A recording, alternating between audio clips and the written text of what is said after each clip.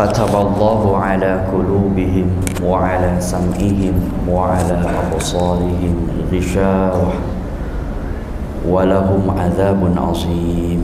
Sadaqallahul azim, sadaqallahul azim, wa nahnu ala dzalika minasyahidin syakirin walhamdulillahil alamin. Raditu billahi rabba wa bil islami dina wa bi muhammadin nabiyya wa rasula. Rabbi zidna ilman warzuqna fahman. Rabbi a'udzubika min hamazati syayatin wa rabbi a'udzubika ay yahdurun. Allahumma faqihna fid din wa 'allimna ta'wil. Rabbi sahli sadri wa yassir li amri wahlul 'uqdatam min lisani yafqahu qawli. Jamaah salat maghrib Masjid Agung Al-Azhar yang dirahmati Allah Subhanahu wa taala. Alhamdulillah sampai juga umur kita di maghrib, karena ada orang yang tadi pagi bangun subuh tapi umurnya nggak nyampe zuhur. Saya dapat kabar dari salah satu keluarga atau saudara, suaminya meninggal dunia jam 11 tadi pagi. Masih muda, belum nyampe 50 tahun. Anak-anaknya masih kecil. Jadi kalau setiap sholat datang atau mendengar kumandang azan saja, yang pertama kali kita ucapkan adalah alhamdulillah, sampai umur kita di maghrib. Yang zuhur ternyata ada yang nggak nyampe asar umurnya.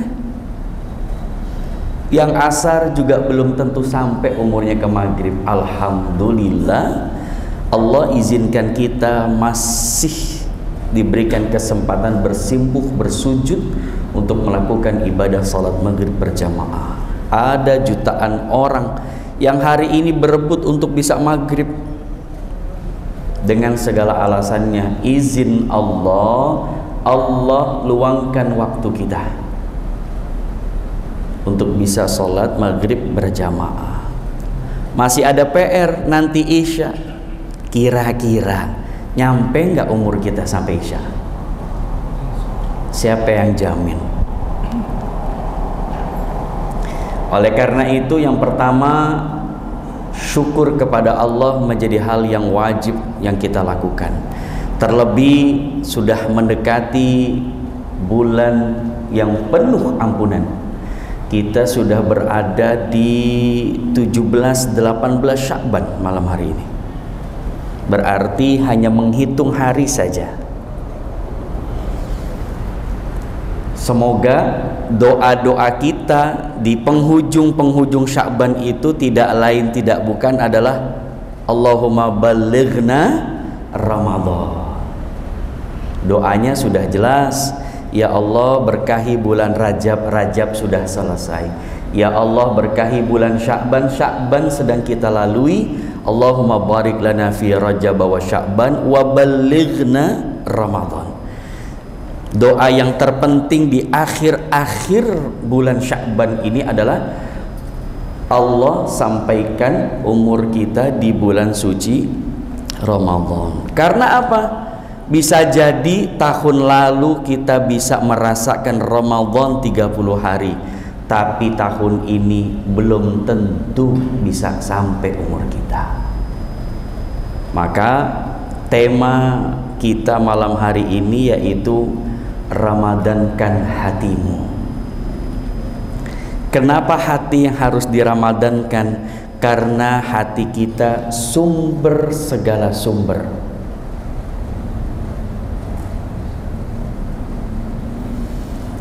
Ramadan itu artinya membakar. Puasa itu artinya menahan. Jadi sesuatu yang dibakar dan yang ditahan di bulan Ramadan itu adalah sesuatu yang ada di dalam hati kita. Apa yang dibakar? Yang dibakar adalah seluruh dosa-dosa kita. Iri, dengki, sum'ah, sombong, sampai syirik sekalipun, itu semua bersumber berada di dalam hati kita. Bicara tentang hati luas, panjang kali lebar. Karena memang karya ilmiah saya yang saya ambil di kampus tercinta saya di Al-Azhar adalah medan makna hati di dalam Al-Quran. Berarti ada lapisan-lapisan hati yang Allah jelaskan di dalam Al-Quran.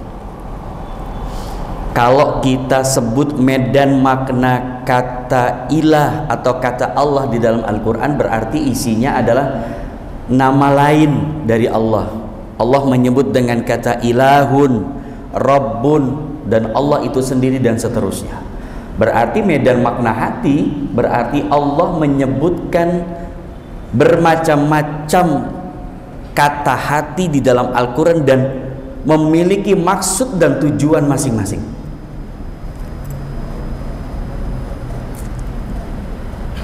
Yang kita tahu kata hati di dalam Al-Quran apa katanya? Ada kata apa? Ada kata kolbun. Itu yang familiar. Tapi ternyata di Al-Quran itu banyak sekali kata hati. Yang pertama, lapisannya paling luar itu disebut dengan kata sadrun. Apa bunyi dalilnya atau apa yang disebut dalam Al-Quran yang sering kita hafal saja? Alladzi yuwaswisu fi sudurin nas. Sadrun itu jamaknya adalah sudur.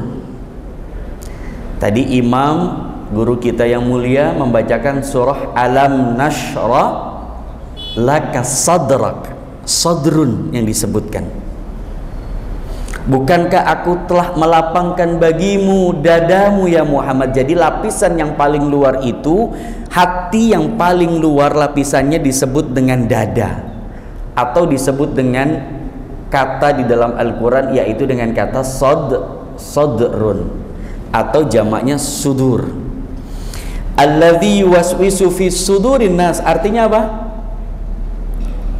Yuwaswis itu artinya apa? Was-was. Nah, kita sering was-was tapi nggak tahu arti yuwaswis. Yuwaswis itu was-was, gelisah. Siapa yang bikin was-was? Siapa yang bikin gelisah? Minal jinnati wan nas. Jadi ada dua faktor selalu. Jadi kalau di belakang ada kakak-kakak akhwat, kalau gelisah, gundah gulana, yang bikin gelisah, bikin gundah gulana itu bukan tidak dibalasnya WhatsApp. Nah, WhatsAppnya cuma dibaca doang, Ustadz, ini yang bikin gelisah. Bukan, tetapi yang bikin gelisah itu siapa? Minal jin, jin dulu, bisikan. Baru setelah itu wanas, ada eksternalnya yang mendukung. Pengen ngaji nih, tapi kok males. Pengen ngajak teman, padahal udah pengen tapi males. Nyoba ngajak temen, ngaji yuk, kajian lepas kerja di Masjid Agung Al-Azhar. Temen yang diajak, males, gue pengen pulang. Jadi bisikannya itu udah bikin males, padahal tadi udah semangat. Tapi bikin males, setelah bikin males diajak temennya ternyata males juga. Udah dua setan yang godain kita. Itu baru kata sodrun. Maka Ramadan itu membakar dan menahan apa yang ada di dalam hati kita. Kalau membakar tadi sudah jelas, yaitu dosa-dosa kita. Lalu yang menahan itu apa? Menahan segala nafsu kita. Maka sering kita dengar setan itu kalau di Ramadan itu diapain? Dibelenggu, ditangkepin. Tapi pertanyaannya, kenapa masih ada maksiat di Ramadan? Kejadiannya live. Kita berangkat jam 8, jam 9, di tengah jalan lagi panas-panasnya, macet-macetnya, ada senggolan motor, turun langsung pukul-pukulan live di tengah hari Ramadan. Masih pagi jam 8, jam 9. Di depan saya. Live. Pukul-pukulan, udah pukul-pukulan betul. La haula wala quwwata. Ramadan. Dan jangankan orang lain, kita nih, kita di Ramadan masih sempet-sempetnya maksiat. Walaupun mohon maaf lahir batin, maksiatnya itu udah nggak live di depan orang. Maksiat akhir zaman itu di mana? Nah, ini namanya, kalau kata guru saya, ini namanya setan gepeng. Maksiat orang itu sekarang nggak di tengah jalan, nggak di depan umum, enggak. Maksiat kita nih sekarang di sini. Nauzubillah. Tapi juga ini bisa membawa kita ke surga, tinggal dipilih. Itu Ramadan. Gabut, iseng, lapar, libur, mager, di kamar scroll, semua sosial media kita buka. Isi sosial media itu apa? Ada surga, ada neraka, tinggal dipilih saja. Tapi kadang kita enaknya ya begitu. La haula wala quwata illa usin wa iyyakum. Setannya udah dibelenggu, tapi apa? Tetap masih berkeliaran. Bukan setannya yang berkeliaran, karena masih ada nafsu yang Allah titipkan di hati kita. Hati-hati makanya. Jadi setan dibelenggu tapi tetap masih ada maksiat, bukan karena godaannya, tetapi karena hawa nafsunya yang masih Allah titipkan itu sebagai fitrah kita. Maka di saat kita menahan, maka perintah puasa itu apa? Untuk menahan. Maka salah satu perintah dari Rasulullah SAW untuk para jomblo yang udah sanggup menikah tapi dia belum menikah, disuruh ngapain? Disuruh puasa. Disuruh puasa babnya. Untuk apa? Untuk menahan. Ini langit kalau mengabulkan seluruh doa-doa kita, oh luar biasa. Karena apa? Isi doa-doa kita itu cuma nafsu saja. Ya Allah pengen rumah, ya Allah pengen mobil, dikasih rumah, dikasih mobil, rumahnya nggak pernah dipakai ngaji, mobilnya nggak pernah nyampe ke masjid. La haula wala quwwata. Ya Allah minta istri, udah ada istri nggak pernah diajak kajian. Datang kajian cuman pengen nyari jodoh, ketemu jodoh nggak pernah ikut kajian lagi, itu biasa. Padahal mintanya di masjid, di kajian. Udah selesai dapat jodoh nggak ketemu lagi di masjid, nggak ketemu lagi kajian. La haula wala quwwata illa billah. Justru waktu masih jomblo datangnya sendirian, diantar dijemput sama tukang gojek, bukan mahramnya. Nah kalau udah suami istri kan enak, ya kan? Dijemput sama pasangan yang halal, ditungguin sama pasangan yang halal, nikmat. Jadi langit itu punya tempat. Ditanya ini tempat apa wahai malaikat? Ini tempat doa-doa hamba-hambaku katanya. Insya Allah. Isinya rumah, mobil mewah, segala macam keinginan dunia. Kenapa ditaruh di situ? Karena di saat dia lagi berdoa, nggak sabar dia ganti doanya. Padahal udah dikit lagi, makanya disimpan keinginannya terus. Satu ruangan isinya keinginan manusia. Makanya luar biasa tuh kalau Allah mengabulkan seluruh doa-doa kita, isinya cuman apa? Cuma nafsu saja.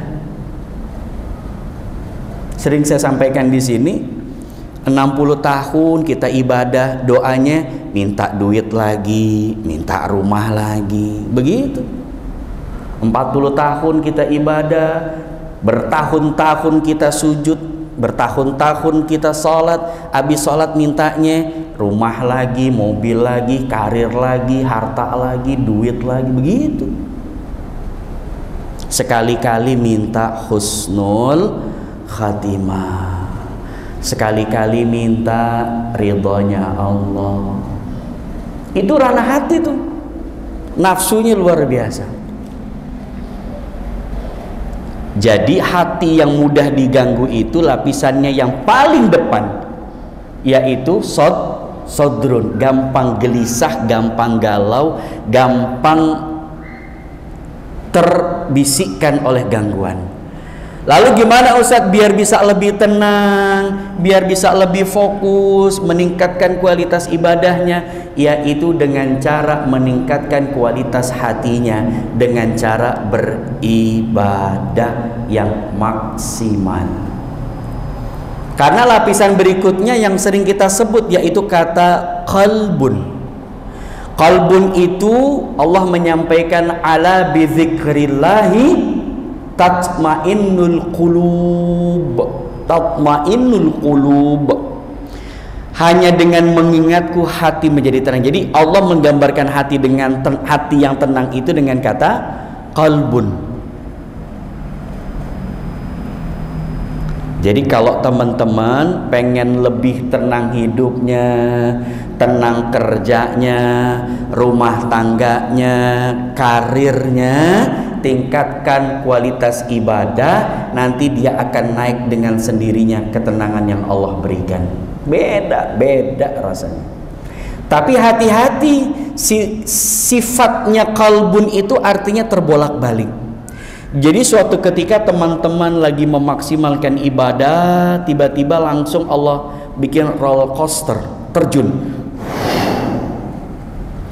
Nggak usah khawatir, kalau pegangan dan pondasinya sudah kuat, itu naiknya gampang lagi. Sabar, lewat, naik lagi, gitu. Tapi kalau pegangannya nggak kuat, itu gampang goncang pas lagi jatuh, nyari pegangannya rapuh, niatnya salah, ibadahnya bukan karena Allah, jatuh lagi bangunnya susah. Tapi karena tauhidnya kuat, imannya sudah kuat, pondasinya kuat, maka di saat ada ujian dan musibah gampang naiknya lagi. Apa pegangannya kalau diuji sama Allah? Wasta'inu bis-sabri was-salat. Cuma dua kuncinya, bos. Kalau enggak ya sabar ya syukur. Kalau enggak ya sabar ditambah lagi dengan salat. Ramadan mengajarkan itu semua. Maka untuk memaksimalkan atau menambah level kualitas hati kita, yaitu dengan ibadah. Hati-hati tadi, sifatnya qalbun itu terbolak-balik, gampang jatuh, gampang naik. Tapi kalau sudah naik, sudah settle, itu lebih tenang. Maka Allah menggambarkan hati yang ditutup itu dengan juga kata qalbun. Maka untuk mengunci sebuah hati itu, Allah mengunci hati dulu. Di saat Allah ingin mengunci sesuatu dari organ tubuh kita, Allah mengunci yang pertama itu adalah dengan kata qalbun. Khatamallahu ala qulubihim. Qulub itu jamak dari qalbun. Jadi di saat ingin kesesatan menggapai manusia, Allah itu menguncinya dengan hatinya dulu. Makanya hati-hati. Khatamallahu ala qulubihim wa ala sam'ihim wa ala absarihim ghishawah.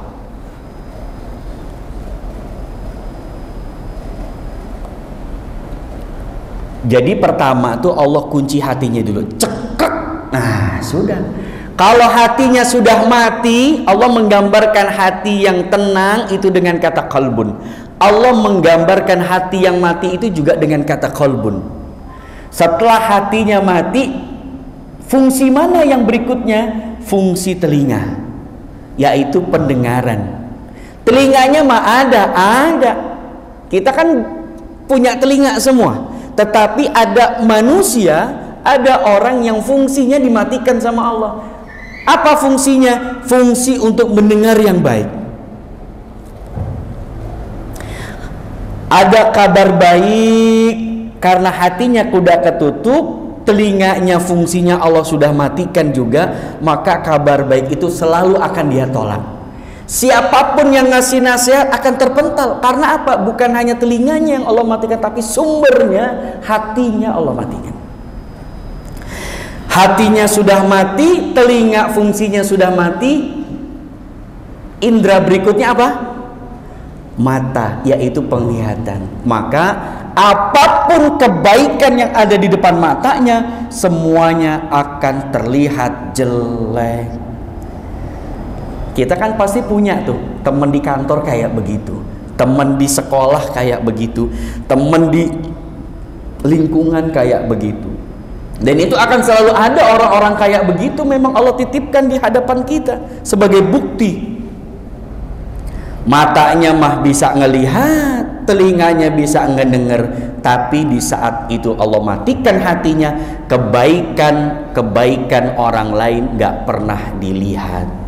Nasihat siapapun gak akan pernah masuk. Karena apa? Khatamallahu ala qulubihim.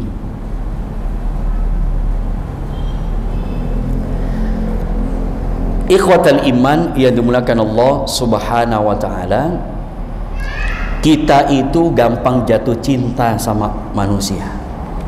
Kita nih gampang cinta kepada orang lain. Apa buktinya? Ada orang lain meminjamkan rumah kepada kita, atau bahkan mengasih rumah kepada kita gratis, rumahnya mewah lagi. Kira-kira apa yang kita lakukan sama orang itu? Selalu memujinya. Wah, ngerasa utang budi seumur hidup.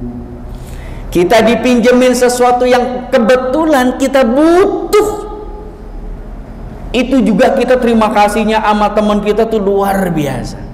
Itu baru urusan dunia dan manusia yang memberikan. Dan cinta kita itu luar biasa kepada orang itu. Lah bagaimana kita dengan Allah? Allah ini udah ngasih kita gratis semua fasilitas kehidupan kita. Makanya kalau kita nih masih ngerasa orang miskin, mohon maaf lahir batin. Ini jantung kita nih. Jantung kita kalau di pasar gelap itu miliaran harganya. Ginjal kita miliaran juga harganya. Kornea mata kita miliaran juga harganya. Lah terus kenapa kita masih ngerasa miskin? Coba kalau dirupiahkan seluruh indera kita, berapa miliar kita punya detik ini? Betul. Belum oksigen. Kalau di rumah sakit itu tarikan nafas itu 1.200.000. Ingat nggak tuh zaman 2 tahun lalu? Langka selangkah. Sekarang receh. Kebayang ya? Itu oksigen langka. Padahal kita dikasihnya gratis. Kita dipaksa untuk bayar. Dan saya merasakan juga untuk kakak saya. Luar biasa. Isoman di rumah, kondisinya drop, oksigennya susah, kalaupun ada refillnya juga susah. Luar biasa. Pada saat itu berapapun kita keluarin, berapapun kita bayar, la haula wala quwwata. Kita sekarang dikasih gratis, males ibadah. Datang Ramadan gak seneng. Kata Rasul, siapa yang senang dengan datangnya Ramadan, maka akan diharamkan jasadnya alal niran. Walaupun hadisnya maudhu, tapi senang saja kita dengan datangnya Ramadan. Insya Allah akan banyak ampunan. Rasulullah menyampaikan dalam hadis sahihnya, siapa yang senang datang Ramadan, dia akan banyak mendapatkan ampunan dan keberkahan. Maka untuk menyambut Ramadan, persiapkan hati kita. Ramadan itu bukan ibadah fisik, bukan ibadah fisik, itu ibadah haji. Betul-betul real fisik itu haji, bos. Itu ibadah fisik. Tawafnya, sa'inya, jamaratnya, wukufnya, itu semua ibadah fisik, luar biasa. Ramadan bukan ibadah fisik, Ramadan itu ibadah hati. Orang yang mampu menahan lapar dan cuman menahan lapar saja, dia puasanya bukan karena Allah, maka dia akan hanya mendapatkan ju' wal 'athas. Dia cuma dapat lapar dan haus saja. Maka ranahnya itu ranah luar biasa. Maka Ramadankan hatimu, hati kita harus betul-betul di-prepare. Sampai detik ini harus terus dibenahi. Pernah naik pesawat nggak? Pesawat terbang itu kalau landasannya tidak oke, dia nggak akan pernah bisa landing. Pesawat mau landing di bandara, tiba-tiba dapat informasi badai atau ada genangan air, atau landasan pacunya itu pecah atau aspalnya bermasalah, maka pesawat itu secara otomatis dia akan mencari bandara yang lain yang lebih aman. Itu otomatis sudah. Pesawat saja milih tempat untuk landing. Begitu juga dengan Ramadan. Ramadan itu akan datang kepada siapa? Kepada mereka yang hatinya betul-betul siap menerima Ramadan. Tapi kebanyakan kita mempersiapkan Ramadan dengan apa? Sayang, udah belanja belum? Udah naik nih harga-harga nih. Nah, begitu. Persiapannya apa? Berasnya, sirupnya, kokonatnya, biskitnya, gitu. Tapi lupa mempersiapkan yang jauh lebih penting, yaitu hatinya.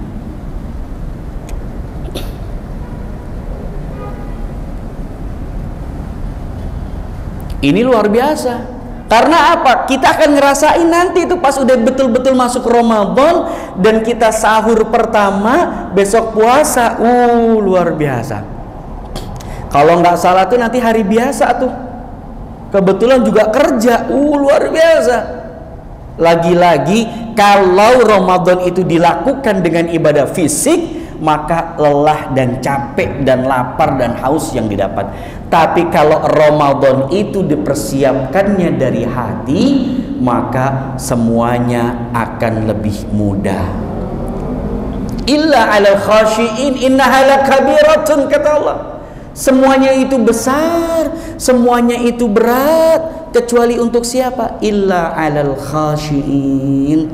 Kalau saya terjemahkan bebas, khashiin itu adalah bukan hanya sekedar khusyuk, atau bahasa lain dari khusyuk itu adalah fokus. Kita ini dapat job desk dari bos kita, dari atasan kita.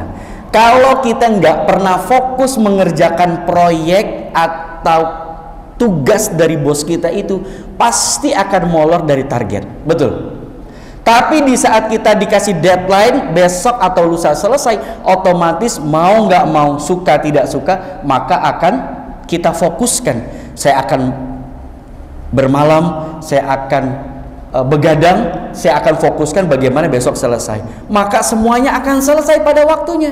Mereka yang fokus, mereka yang khusyuk. Begitu juga Ramadan, kalau ditanggapi dengan lahiriah saja, maka akan terasa berat. Tapi kalau disifati dengan ruhania atau disikapi dengan spiritual, maka Ramadan itu akan terasa ringan.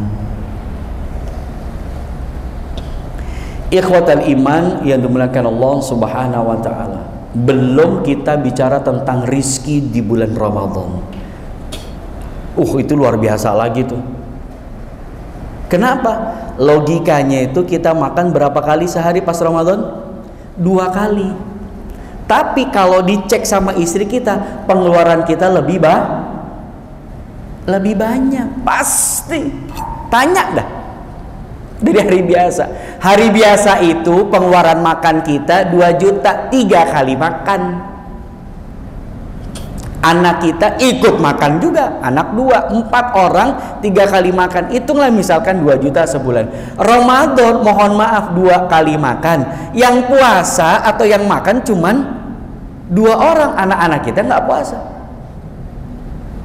Hitung saja, itu pasti lebih besar. Tapi kok bisa cukup? Tapi kok bisa sampai beli baju baru? Kok sampai bisa ngebekelin orang tua? Dan itulah keberkahannya Ramadan. Belum bicara yang jualannya. Apa yang dijual di Ramadan itu semuanya laku. Mau kolak kagak manis kek, mau esnya udah cair kek, mau yang sambelnya hambar kek, semuanya laku di Ramadan. Itu hebatnya Ramadan. Maka pertanyaan berikutnya, apa ciri khasnya Ramadan? Ada yang bisa jawab? Yang bisa jawab boleh pulang duluan. Apa ciri khasnya Ramadan?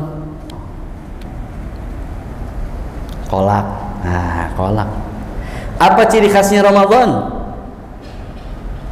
Nih kalau saya sebut nih, apa ciri khasnya kota Palembang? Enak tuh, empe-empe. Nyebutnya begitu. Apa ciri khasnya kota Garut? Dodol Garut. Begitu tuh. Pertanyaannya sekarang, kita kan saya sebut Palembang, teman-teman ngejawab apa ciri khasnya kota Palembang? Empe-empe. Padahal kita belum nyampe ke kota Palembang. Saya sebut apa ciri khasnya Garut? Dodol. Padahal kita belum pernah ke Garut, tapi tahu. Pertanyaannya, apa ciri khasnya Ramadan? Tadarus, taraweh, apa lagi?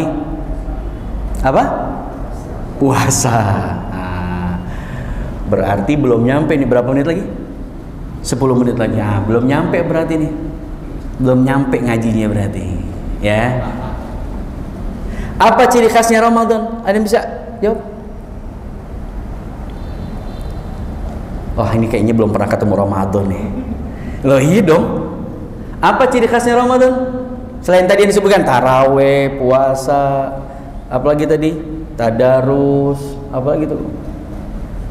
Kolak, apa? Hawa nafsu. Ciri khasnya Ramadan. Jangan nafsu Pak. Tahan hawa nafsunya. Apa ciri khasnya Ramadan?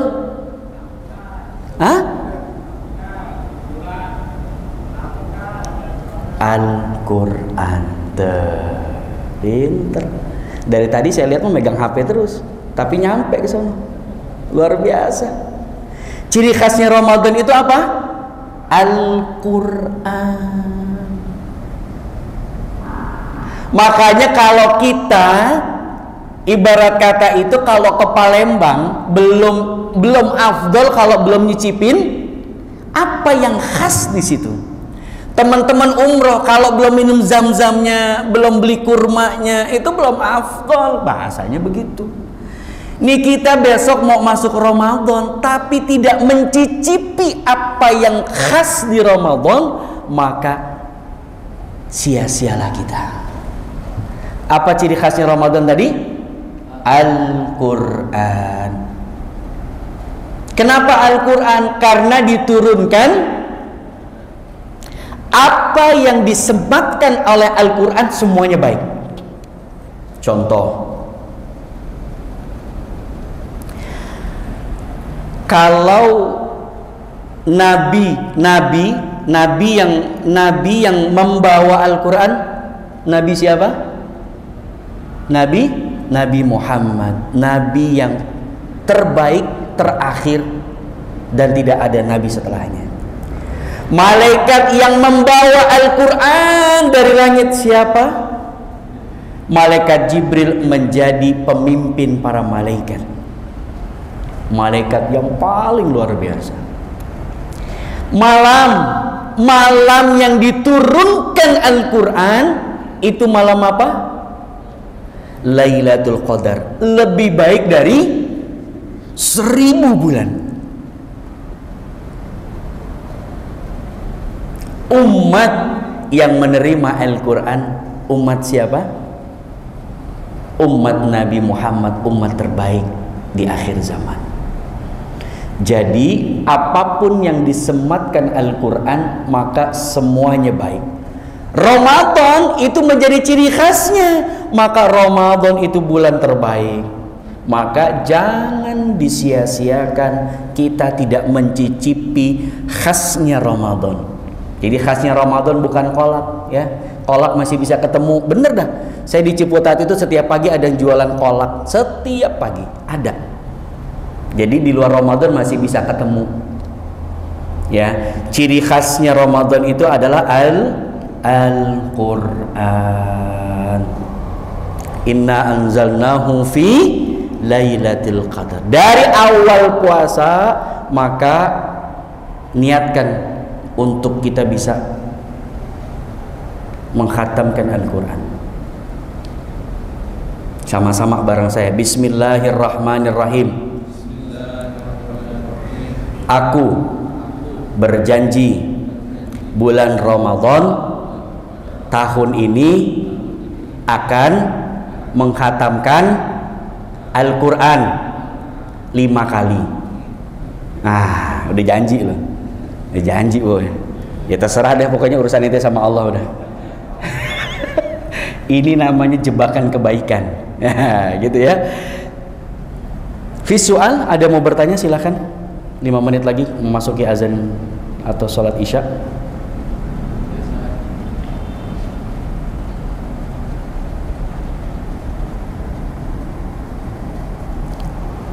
Visual.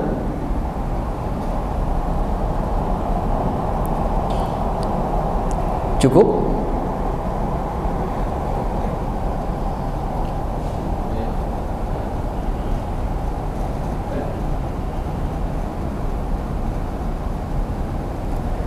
Cukup ya. Kalau nanti ada pertanyaan kita ngobrol setelah sholat isya.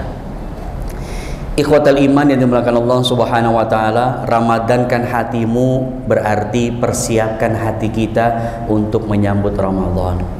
Fisik, bekal, logistik, semuanya sudah otomatis kita persiapkan. Yang tidak kasat mata, yang jauh dari jangkauan kita adalah hati kita. Itu tadi bahasan hati baru nyampe level kedua, ada 2 level lagi. Insya Allah minggu depan kita ketemu di kajian terakhir sebelum Ramadan. Insya Allah temanya, kalaulah Ramadan ini Ramadan terakhirku. Masya Allah. Nangis-nangis dah minggu depan dah. Ya, bisa dibayangkan tuh, kalaulah Ramadan tahun ini adalah Ramadan terakhirku. Kita ketemu minggu depan. Semoga Allah masih sampaikan umur kita dalam keadaan sehat walafiat. Yang masih punya hajat, Allah kabul hajat-hajat kita. Allah mudahkan semua urusan kita. Yang belum berjodoh, Allah jodohkan dengan yang soleh dan soleha. Yang masih berharap anak keturunan, Allah berikan keturunan yang soleh dan soleha. Yang masih mengharapkan nafkah yang halal, Allah berikan pekerjaan, nafkah, rizki yang halal dan thayyiban. Yang sedang sakit, orang tua kita, guru-guru kita, suami kita, istri kita, anak-anak kita, handai tolan kita yang sedang sakit, Allah angkat semua penyakitnya, Allah ganti dengan sehat walafiat. Yang sehat, biar Allah tambah lagi sehatnya untuk bisa maksimal ibadah. Ala hadiniya hadrat bisiril Fatihah. A'udzu billahi minasyaitonir rajim. Bismillahirrahmanirrahim. Alhamdulillahi rabbil alamin arrahmanir rahim maliki yaumiddin. Iyyaka na'budu wa iyyaka nasta'in ihdinas siratal mustaqim. صراط الذين أنعمت عليهم غير المغضوب عليهم ولا الضالين تقبل يا كريم تقبل يا رحيم اللهم اجعل تجمعنا تجمعا مرحوما واجعل تفرقا من بعدنا تفرقا معصوما اللهم إنك عفو كريم تحب العفو فاعف عنا يا كريم اللهم إنك عفو كريم تحب العفو فاعف عنا يا كريم اللهم يا الله إنا نسألك رضاك والجنة ونعوذ بك من سخطك والنار اللهم سلمنا عند السؤال اللهم سلمنا عند السؤال اللهم سلمنا عند السؤال اللهم اجعل آخر حياتنا بقول لا إله إلا الله يا الله بها يا الله بها يا الله بحسن الخاتمة بحسن الخاتمة بحسن الخاتمة اللهم بسر الفاتحة وبحق الفاتحة وبمعززة الفاتحة وبكرامة الفاتحة يا فارج الهم يا كاشف الغم يا من لعبده ينفر ويرحم دعواهم سبحانك الله وتحية فيها السلام وآخر دعوان الحمد لله رب العالمين. Demikian, kurang lebihnya mohon maaf. Hadanallahu wa iyyakum ajmain. Jangan lupa minggu depan Kamis tanggal 16 kita ketemu di kajian lepas kerja terakhir sebelum kita masuki Ramadan. Insyaallah nanti ada kajian Ramadan atau bertemu setelah Ramadan, insyaallah dengan tema Ramadan, apabila Ramadan tahun ini Ramadan terakhirku. Akhirul kalam, assalamualaikum warahmatullahi wabarakatuh.